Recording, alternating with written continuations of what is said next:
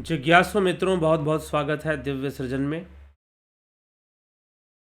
आज इस वीडियो में हम आपको बताएंगे अग्निमय बुद्ध के विषय में कि यह अग्निमय बुद्ध जो पुस्तक रिलीज हुई है, ये किस विषय पर है। एक समय था भारत में जब चारों तरफ बौद्ध धर्म का वर्चस्व था और प्रसार था।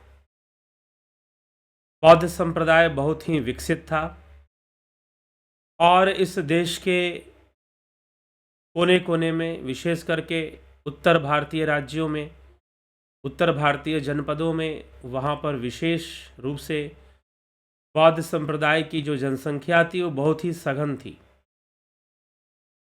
तो प्रश्न ये उठता है कि ये बौद्ध भिक्षुक और बौद्ध मठ कहाँ विलुप्त हो गए और बौद्ध संप्रदाय कहाँ विलुप्त हो गया और किस कारण से विलुप्त हो गया, कैसे विलुप्त हो गया। तो यह जो ग्रंथ है अग्निमय बुद्ध कुछ ऐसी ही चर्चा करता है। सर्वप्रथम तो ये हमें समझना है कि गांव-गांव में एक समय पर, आज भी अगर आप अरुणाचल प्रदेश में जाएं, सिक्किम में जाएं, तो वहाँ पर आपको बहुत सारे बौद्ध मठ देखने को मिलेंगे। गांवों के अंदर भी छोटे छोटे और बड़े बड़े, बहुत बड़े बड़े विशालकाय भी और छोटे बौद्ध मठ भी आपको देखने को मिल जाएंगे बड़े आराम से। लेकिन आज ऐसा क्यों नहीं है? लेकिन एक समय था जब सारनाथ, नालंदा, बोधगया, वैशाली, ये सभी बड़े बड़े बौद्ध मठों के केंद्र थे। महाराष्ट्र, मध्य प्रदेश के बहुत सारे क्षेत्र, और आज उनके अवशेष हमें मिलते हैं। अजंता एलोरा के रूप में हमें प्राप्त होते हैं, या फिर मुंबई के पास एलिफेंटा के गुफाओं में भी बौद्ध मूर्तियां प्राप्त होती हैं, बुद्ध मूर्तियां प्राप्त होती हैं। और फिर उत्तर भारत के कई राज्यों में अभी भी कई अवशेष हैं। लेकिन फिर भी हम देखते हैं कि जिस तरह से हमें इतिहास में मिलता है, उस प्रकार से बौद्ध संप्रदाय का प्रसार आज नहीं दिखाई देता। आज लगभग विलुप्त प्राय ही हमें दिखाई देता है। तो ऐसा क्यों हुआ? बौद्ध संप्रदाय किस प्रकार से विलुप्त हो गया, किस प्रकार से गायब हो गया? इसके पीछे कारण कौन था? इतिहास क्या कहता है? इन सब को जानने का प्रयास किया गया और इन सब को जानते समझते हुए इस ग्रंथ की रचना की गई, जिसको अग्निमय बुद्ध कहा गया है। अग्निमय बुद्ध ग्रंथ की रचना हुई। तो अग्निमय बुद्ध वास्तव में कुछ ऐसी ही कहानी है कि बौद्ध संप्रदाय क्यों विलुप्त हुआ, किस प्रकार से विलुप्त हुआ। जो एक समय पर पूरे भारत भूमि पर जिनका वर्चस्व था, पूरी भारत भूमि पर, वैसे बुद्ध के उपदेश, बुद्ध की देशना आज भी है, लेकिन ऐसा क्या हुआ कि संप्रदाय विलुप्त होता गया। तो एक लंबी कहानी है, एक छोटी मोटी ये कहानी नहीं है, या छोटी मोटी बात नहीं है कि हम एक वाक्य में या कुछ शब्दों में हम ये सारी बात आपको बता दें कि ऐसे ऐसे बौद्ध संप्रदाय विलुप्त हो गया। पहली बात तो यह है कि बौद्ध संप्रदाय के प्रति हमारी विचारधारा कैसी है, हमारी सोच कैसी है। क्योंकि राजनीति के कारण बहुत तरह की राजनीति प्रेरित विचारधाराओं से लोग ग्रसित होते हैं। सही अनुसंधान और सही बात पता न होने के कारण जैसी राजनीति में चर्चा चलती है, वैसे ही अवधारणा लोग बना लिया करते हैं कि शायद ऐसा ही था। लेकिन बौद्ध मत की स्थिति क्या थी, वास्तव में स्थिति क्या थी देश में? अलग अलग समय में अलग अलग परिस्थितियां थीं। तो किस समय में कैसी परिस्थिति थी, इसको समझना भी जरूरी है। और आज वर्तमान में बौद्ध धर्म के प्रति हम कैसा दृष्टिकोण रखते हैं, वह भी समझना जरूरी है। कहीं राजनीति प्रेरित विचारधारा तो हम नहीं रखते हैं। तो इन सभी बातों को ध्यान में रखते हुए, इतिहास के ऊपर एक अनुसंधान करते हुए इस कथानक की रचना की गई है। यह एक उपन्यास के रूप में या कथानक के रूप में यह ग्रंथ, इस ग्रंथ की रचना हुई है, जिसको हम अग्निमय बुद्ध कहते हैं। अग्निमय बुद्ध। तो इस पुस्तक का प्रकाशन हो चुका है। यह पुस्तक अपने अस्तित्व में आ चुका है। तो इस अग्निमय बुद्ध ग्रंथ को हम जानें, समझें, और इसमें मुख्य रूप से बौद्ध संप्रदाय का पतन या बौद्ध संप्रदाय का विलुप्त होने की क्या प्रक्रिया थी, उसको बताया गया है। कैसी परिस्थितियाँ, क्योंकि बुद्ध के बाद, बुद्ध के 300 वर्षों बाद बौद्ध संप्रदाय से में बहुत बड़ा विभाजन होता है। महायान, हीनयान, बाद में वज्रयान, बहुत सारे मतों और बहुत सारे विचारधाराओं का विकास होता है। शून्यवाद, विज्ञानवाद, बहुअनुमेयवाद, बाह्य प्रत्यक्षवाद, क्षणिकवाद, तो इस तरह से निरालंबनवाद, ऐसे बहुत सारे विचारधाराओं का प्रसार बौद्ध संप्रदाय में होता है। बहुत तरह के मठ बनते हैं, अनेकों संप्रदाय, एक संप्रदाय से अनेकों संप्रदाय बनते हैं। लेकिन फिर इतिहास में कुछ ऐसा होता है कि बौद्ध संप्रदाय अपने आप विलुप्त होने लग जाता है। उसके विलुप्त होने के पीछे कारण क्या था? दार्शनिक कारण कौन से थे? ऐतिहासिक कारण कौन से थे? राजनीतिक कारण कौन से थे? इन सभी बातों को हमें समझना होगा, तब हमें जाकर, हाँ, वर्तमान में भी बौद्ध मत को लेकर चर्चाएं चलती हैं, राजनीति भी होती है, राजनीति भी होती है। लेकिन अगर हम इस पुस्तक को अगर हम पढ़ लेते हैं, यह जो पुस्तक है बौद्ध इतिहास के ऊपर और वैदिक इतिहास के ऊपर, वैदिक कर्मकांड का इतिहास, किस प्रकार से कर्मकांड की विचारधारा ने फिर से अपने आप को पुनर्निर्मित किया, बुद्ध के प्रभाव से, शंकराचार्य के प्रभाव से और कई प्रभावों से, दूसरे योगियों के प्रभाव से, जो है कर्मकांड बहुत ही गौण हो गया था। कर्मकांड की विचारधारा बहुत ही पीछे जा चुकी थी, लेकिन फिर से ये रिवाइव होता है, फिर से ये अपने आप को पुनर्जीवित करता है। और उसमें सबसे बड़ी भूमिका थी आचार्य कुमारिल भट्ट की।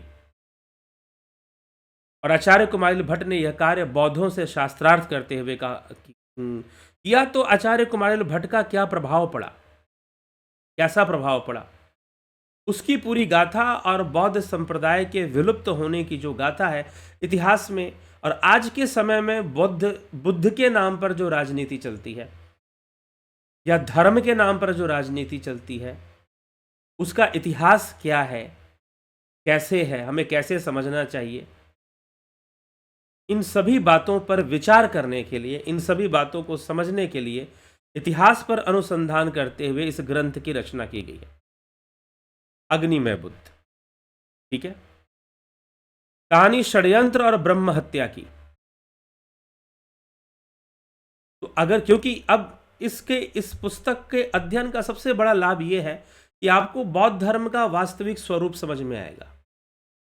आज जिस प्रकार से बुद्ध के नाम पर या बौद्ध धर्म के नाम पर राजनीति चलती है, क्या वो उचित है? क्या वो, उसका संबंध इतिहास से बिल्कुल वैसा ही है जैसी आज जिस प्रकार की मान्यता का प्रचार किया जा रहा है? तो हम किसी प्रकार की दुविधा में ना हो और एक वास्तविक स्थिति को समझ पाए, बौद्ध धर्म की वास्तविक स्थिति को। बुद्ध और बौद्ध, इन दोनों में एक अंतर है, उस अंतर को भी हम समझ पाए कि बौद्ध होने में और बुद्ध में क्या डिफरेंस है, क्या अंतर है। ये सारी बातें बड़ी बारीकी वाली बातें हैं कि बुद्ध और बौद्ध में क्या क्या डिफरेंस हो सकता है, क्या अंतर हो सकता है। दोनों एक ही हैं? जी नहीं, एक नहीं है। तो इसलिए यह पुस्तक आपको एक इंसाइट देगा, एक रियलाइजेशन देगा, आपको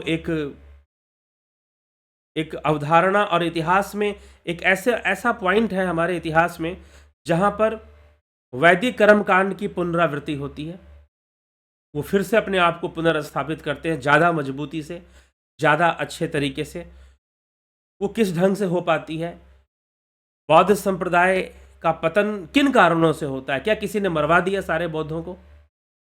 कोई कहता है कि पुष्यमित्र शुंग ने मरवा दिया, कोई कहता है सुधन्वा ऋषि ने मरवा दिया, कोई शंकराचार्य को दोषी बतलाता है, कोई कुछ कहता है, कोई कुछ कहता है। लेकिन वास्तविक ऐतिहासिक घटना क्या थी और किस प्रकार की क्रांति आई थी?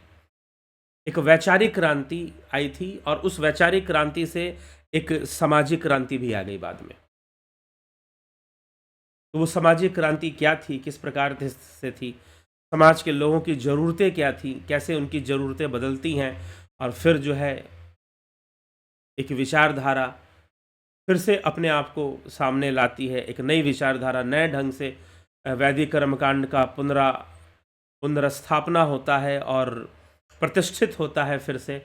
तो किस प्रकार से सारी घटनाएं हैं, और बौद्ध धर्म का पहले आंतरिक पतन होता है, वैचारिक पतन होता है बौद्ध संप्रदाय का, फिर बाद में इनके ऊपर अत्याचार भी होता है, यह भी बात सत्य है। लेकिन वो अत्याचार करने वाले कौन थे? बहुत सारे विचारकों ने, डॉक्टर बी आर अम्बेडकर, बहुत बड़े इतिहासकार डॉक्टर डी डी कोसाम्बी, इन सब ने